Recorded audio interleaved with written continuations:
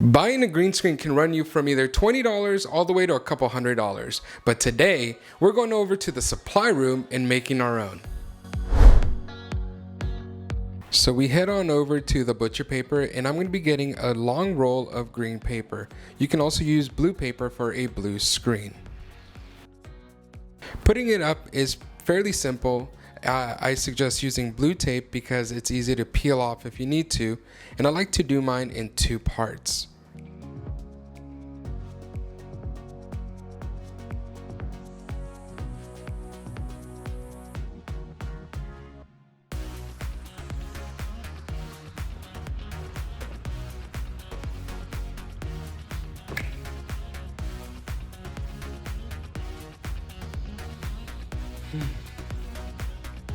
Thank you so much for watching. If you enjoyed that video, go ahead and hit that like button. If there's something specific that you want to learn, go ahead and hit it in the comments below. Don't forget to subscribe and also check out these videos off to the side.